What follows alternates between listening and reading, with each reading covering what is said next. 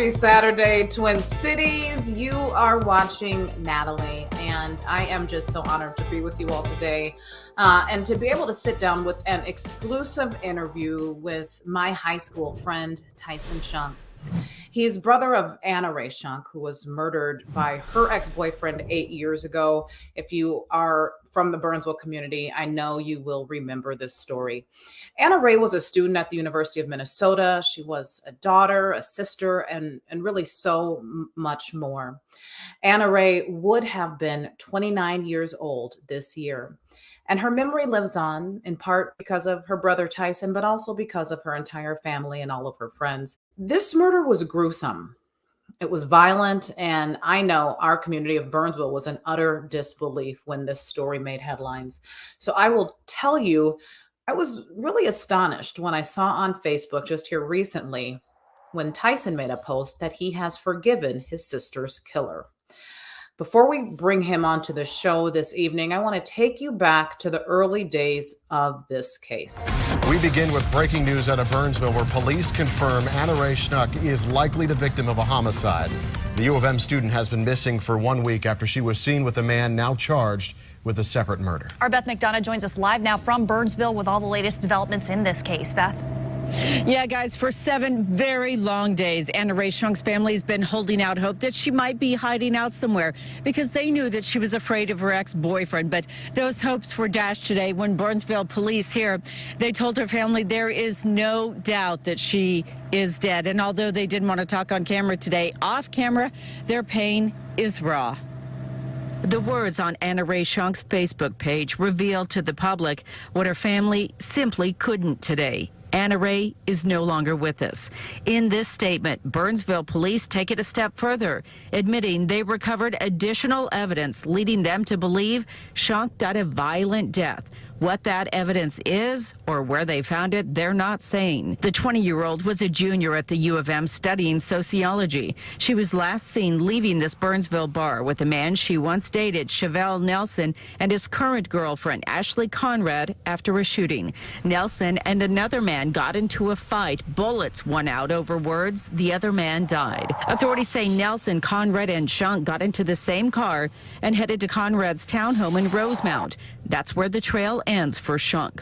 While prosecutors charged Nelson, who has a long history of crime, and Conrad with murder for the shooting death back at the bar. Neither Ms. Conrad nor Mr. Nelson have given police any information about the whereabouts of Anarae Schunk. Her family now knows she's not alive. They're tormented by the unknowns. How and why? They're leaving Schunk's Facebook page up for Anarae and all that she stands for.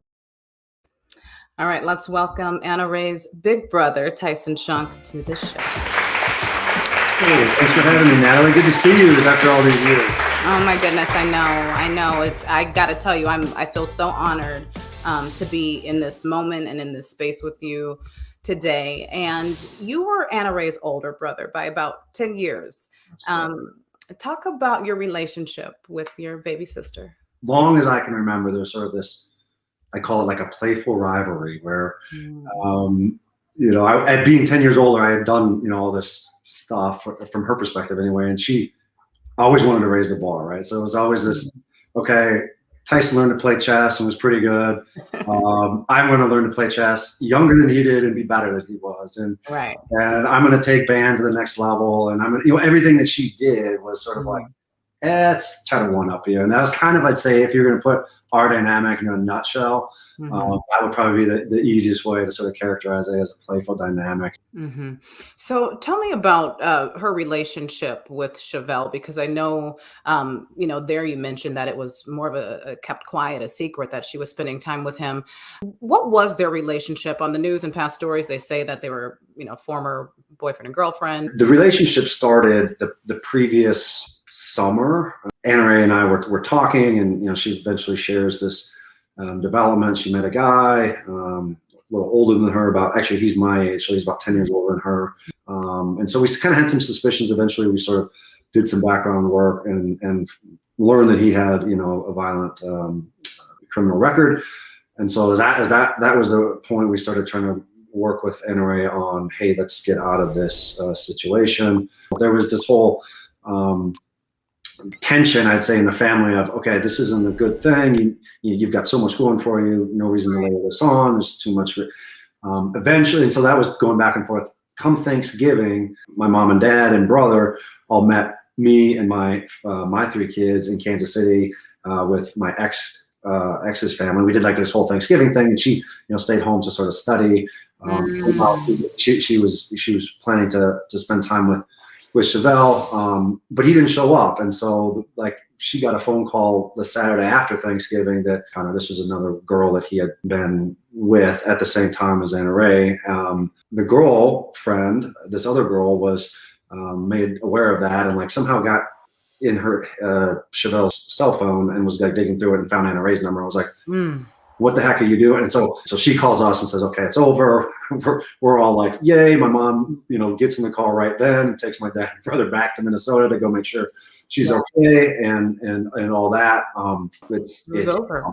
It's done. And then later, fast forward 6 months, 8 months, right around there, he gets out on parole for it was like he was a convicted felon, and so part of his, he can't have a firearm. I think he was picked up with a firearm. And that's how he was out on bond, because I did discover that later in learning more about this story that he was out on bond when he murdered not only Anarae but another man.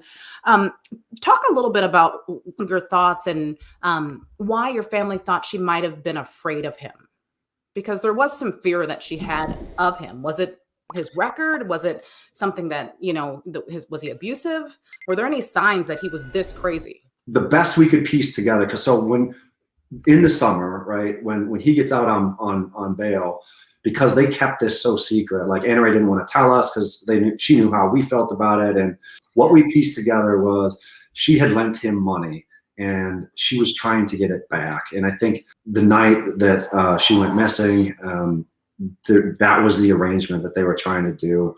And so he had a hook. I don't know if it was fear or either get the money back from him or go get it somehow. Those details we weren't ever really able to piece out definitively. But as far as I can tell, emotionally and psychologically going on for Anarae. For 6 months, no one was charged with Anarae's murder. But in this time, you guys also learn that Chevelle also murdered another person, or was responsible for murdering someone else, Paula Gore, Joby. Yep. Also, I think a Burnsville native as well. Mm-hmm. Talk about this additional information and how your family processed that, not only having to suffer with the loss of your sister, your mother losing a child, but then also learning about this additional murder that happened, just before. Yeah. So the way it went down, we actually learned that Chevelle had murdered Paula Gore before we even really found Anarae 8 days later. He shot him 8 times in cold blood right outside the bar, and it's actually on CCTV because there were cameras in the perimeter. Something was going on. This is this is where we there's something going on with why Anarae was there and this man was there and what they were up to went south. Ashley and Anarae, Ashley is the other woman that got charged with accomplice in Anarae's murder. Ashley and Anarae both got in the car with Chevelle and fled and left the scene together. So we kind of we knew about those details, and that murder case was pretty open and closed due to the video footage and the eyewitnesses and things like that. So, but just an additional layer of grief and confusion as to what all was going on, and I don't know a lot of details as to why. Wow, Tyson. We're going to take a quick break, but coming up next, a push for justice and dealing with grief. We'll be right back.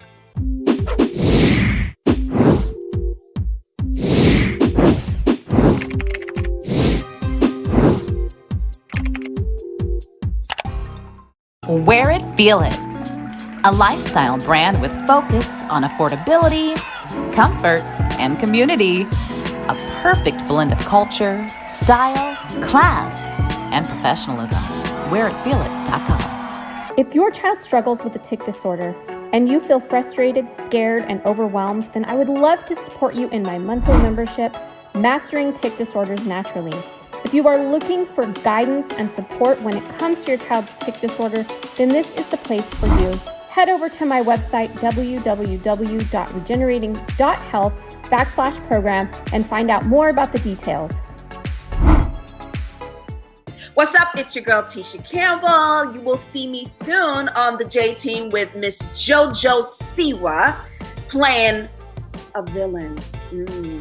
And you are watching the Connect Network TV.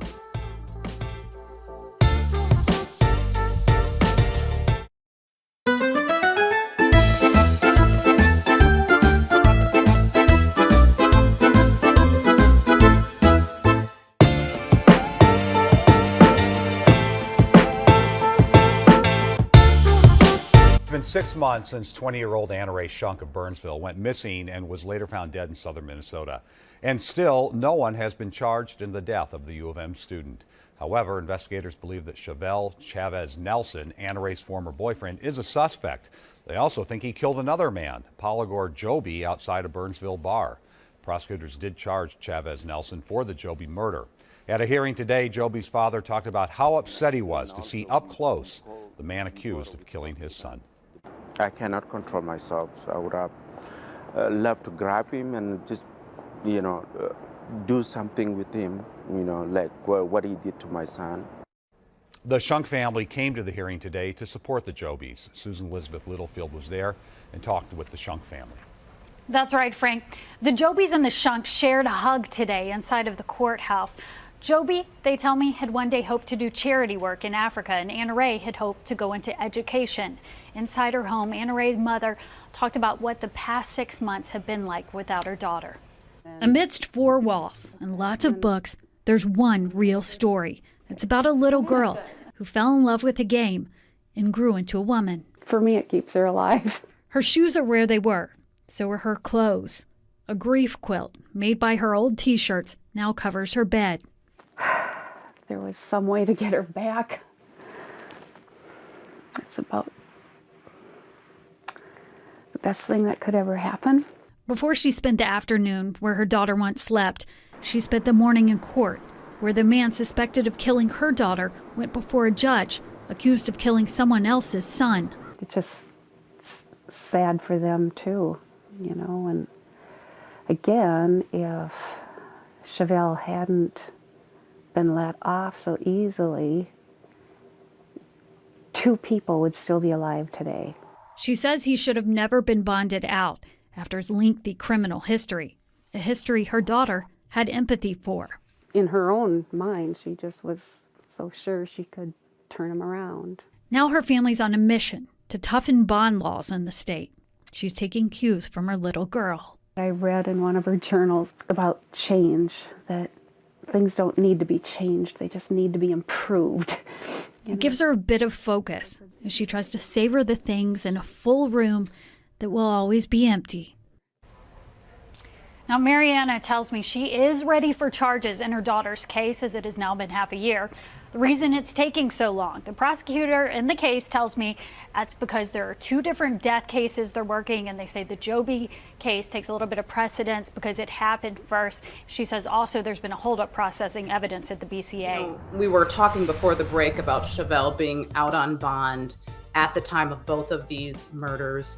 And when you look at his lengthy track record, it's really sad to see that he had this space and availability to be out and hurt so many other people. Your mom is now focusing on a mission to toughen bond laws in the state of Minnesota. Hopefully that is something that we'll be able to push through beyond Minnesota. Talk a little bit about that mission, because I think that's really important when we give these people an opportunity to come back out in the street. How safe is that for everyone else that is around that person? She approached the and I'll probably get the acronym wrong, but it's a state agency that determines sentencing guidelines, and was working with them. Initially, her vision was, in the conversations and negotiations around that initial vision, they scaled that back, as far as I understand it, in the guidelines now, and sentencing guidelines in the state of Minnesota, where I repeat, violent offender on their third case can get an extension of whatever the guidelines are for that particular crime and sentence of up to 18 months. And so that's where they're at right now. In talking with her, actually, I was on the phone right before we got on this call, just giving me some words of encouragement and whatever. But I think she's put that fight down, but I don't think she's said as like for the moment. But I don't think she's totally satisfied, and potentially we'll pick that back up at some point and try to push a little harder there. I was looking at the sentencing, and Chevelle ended up getting a life sentence for Joby's murder, but just 17 years or so for Anarae's. And then Ashley Conrad, we've mentioned her a few times. She only gets 15 years as an accomplice.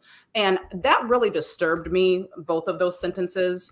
Talk about how your family was receptive or not to what the judge decided in that case. Well, kind of cut and dry with Chevelle. That we offered a plea deal with reduced sentencing, knowing that it would be additive to the existing life sentence and it would keep us out of an extent. So it went on 2.5 years just to get to that point, to keep out of any additional trial and just get it over with. Just let's move on. It was really where I was at, where the rest of the family just said, okay, we're content with 17 years. Ashley, on the other hand, this was a back and forth, and I still to this day have mixed emotions. I see her as a domestic abuse victim as well, but I'm very surprised to learn that plotting and scheming and actually accomplishing more than she just failed to act in any preventative measure. And that's kind of where I've been on other sides of the equation too, as we've gone through this roller coaster, where from an individual actor's perspective, sort of go away. It's like you're gonna do what the gun says. I don't know. I mean, that's a tough spot to put anyone in. So I kind of arrived or landed at, I'd say, that position more than anything. She actually gets out here in 2 years. That's what my mom and I were talking about here last couple of weeks or so. Wow, incredible. And your heart is why we're here today, Tyson Schunk. Your heart, and by the way, I'll take you back to junior high and high school, people. He was stealing all the hearts, okay? But your heart is why you're here today, Tyson, because, I want to go into the topic of grieving and forgiveness. And you are mighty, because even the things you're sharing now and your perspective on this, it's not easy to have empathy for someone that has taken something so great from you. But I also want to know what tips you might have for families, like the Jobys and others across not only the Twin Cities, but beyond, that are grieving this holiday season. Yeah, for me personally, forgiveness was the hardest part, and it took the longest, but it also had the biggest payoff. When it comes to grief and how to handle it, I certainly don't have the playbook. If I'm being, transparent, I'd say, my family and I struggled through this, and we actually, we kind of did a lot of this spreading apart and coming together as we learn how to move through this. And we all needed different forms of healing. I'd say, my mom, a big part of her healing was working on that. You kind of put these pieces together gradually, and in terms of your overall well-being and how you're just your health. And one thing that I've started doing in the last year, I kind of had an off and on relationship with meditation, but I really got consistent with it in the last year.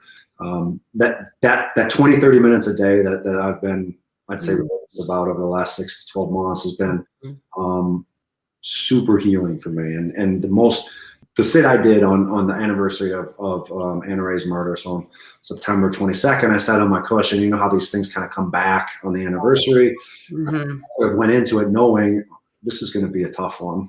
On my cushion, with my eyes closed, there's a song on the background where the lyrics are, we've been through a lot of things. Don't you know someone that needs Jesus, Lord?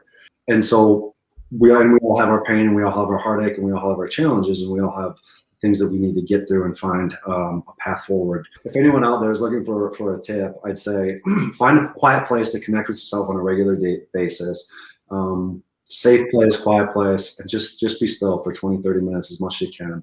Listen to that voice inside you, see what happens, and follow it where it needs to go. And that would be my one tip in terms of dealing with grief. And then respect the people you care about's process that were also impacted. You know, you might have to do one of these in and out type of experiences. It might take longer than you want it to, but let that, respect that process. Amen. That's good, Tyson. I love all of that. And you being able to have the power to let that go is really phenomenal. And coming up next, we're going to talk more about your own glow up, Tyson, because a lot of great things have happened to you and for you because of this new energy. So we're going to talk more about that next.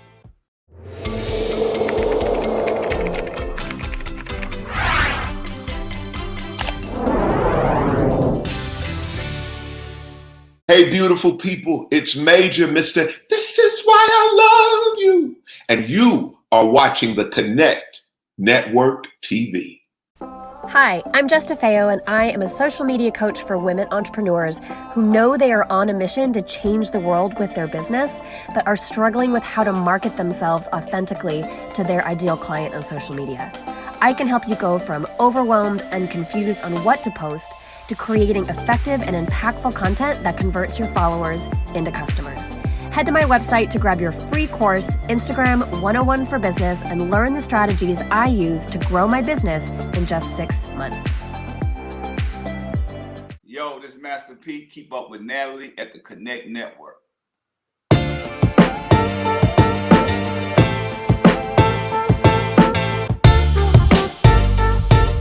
2.5 years after Anarae Schunk was murdered, the two people responsible have been sentenced. I kept telling myself what I saw wasn't real.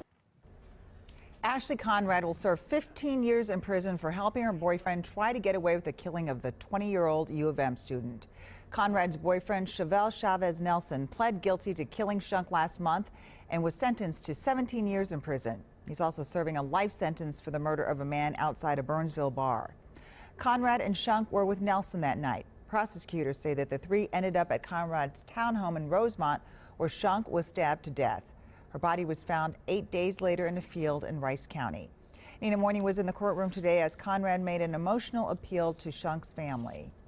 I can't even begin to express the regret that I feel when I think about that night. A 26-year-old woman who, in Anarae Schunk's mother's eyes, is a cold-hearted accomplice. I wish that you had come clean right away.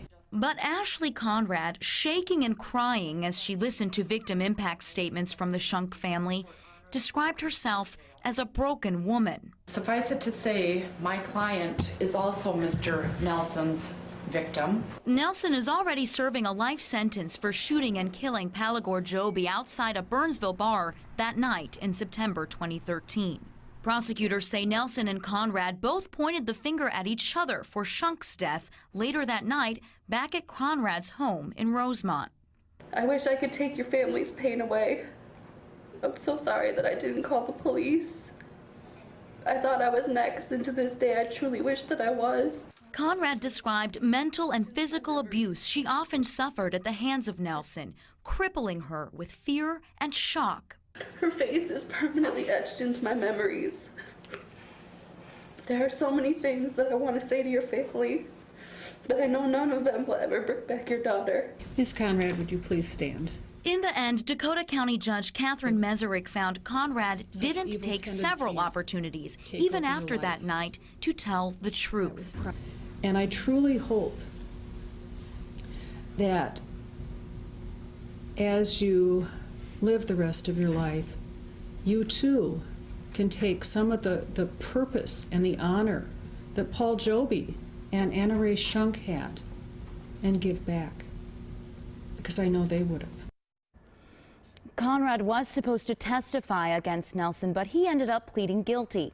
Anarae's mother said she's disappointed Conrad didn't get more time behind bars. She said she believes Conrad was in on what she called a wicked scheme. Amelia. All right, Twin Cities, welcome back. So, this has been incredible to be able to sit here and listen to this story, and just having so many people from home that have been praying for you and just love you and support you, and for you to be able to share this journey is really powerful. And I'm so grateful that you were willing to do that today with me. You've talked a little bit about the meditation and just finding that quiet space. I think that's very powerful in general. And let's talk a little bit more about this forgiveness, because I want people to leave with that message today. For those that are not ready to do that, and I know you said before break, you got to respect the journey and respect the purpose, but some ways that you can share with our audience at home that, they might be able to do in place of or in hopes of getting to a place of forgiveness. That's a really good question, Natalie. Thank you for asking that. I'd say, I think for me, I'll talk about me. Maybe hopefully it's helpful, but I'd say the biggest barrier to forgiveness for me was my own sort of self-work that hadn't happened. So it kind of built a bunch of scar tissue that I really needed to process. And I think it's really, really hard to forgive when you haven't forgiven yourself, right? When you haven't worked through your own shame. And I always say, no matter what's happening, the message is for you, right? So this guy, who I would probably label, I'm not a psychiatrist, but probably in the sociopath, psychopath category in terms of, mental mindset or whatever, comes into our family's life and takes one of our loved ones away. It's going to be really hard to bring out sort of love and forgiveness into the world. So that's why I always say, no matter what happens, it's easy to point a finger at all the externalities. It's a little bit more difficult to go inside and look at what's going on that cause your reaction, that cause your behavior, that might be underneath why you can't take something bad and transform it into something good, which is the most powerful thing I think a human being can do. And that's what I want to do with this event in Anare's honor. That's right. For the rest of my life. Anare was especially heavy on my heart this year. She always is this time as we go into the fall. And I just felt like I needed to not just hold that in. Talk about where people can find your blog and how they can get in touch with you and your future YouTube channel. Yeah, right. All the things you're going to be working on, helping so many people, making your family so proud. So talk about how we can find you and kind of some of the things that you have coming up next. The blog is the place right now. I mean, I am on social media, primarily Twitter, Instagram, and Facebook. All that information's on the blog. I want to thank you today, Tyson, for being so vulnerable and just transparent and sharing your story and just keeping Anare's memory alive. And I just want to just send so many prayers and blessings to your family this holiday season, and really all families that have a tough time coming ahead. I think we don't consider all of the losses and the grieving that a lot of families are going through during the holidays, because there's the lights and the gifts and all of that. But for some families, that's not what matters most. What matters most is being with the ones that you love. So, Tyson, thank you.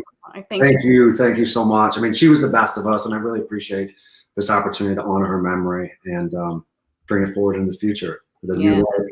Yes, it's my pleasure. And you at home, make sure you check Tyson out. You can hit up his blog below. That will take you to all of his links, his Instagram, Facebook, all the things. And I'm excited for you in 2022. I know it's going to be amazing, Tyson. So y'all, until next time, I will see you right back here next week on Natalie. Bye.